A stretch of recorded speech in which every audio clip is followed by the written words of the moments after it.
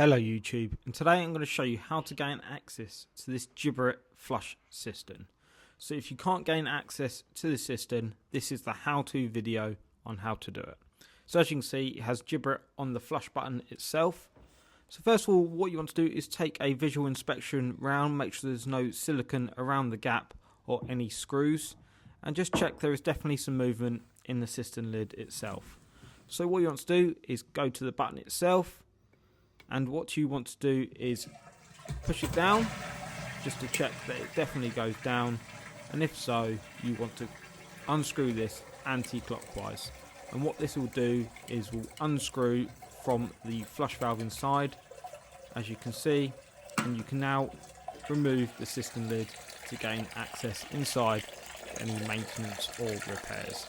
And to put it back, all you simply do is put the cistern back on and line it up with the screw hole inside the flush, which does move as you can see, and then you can screw that in clockwise, make sure that's dead in the centre and you don't cross thread it. Well, that is how you gain access to the cistern. If this video has helped, please do leave a comment, like the video and subscribe to the channel. I'll see you around soon. Take care.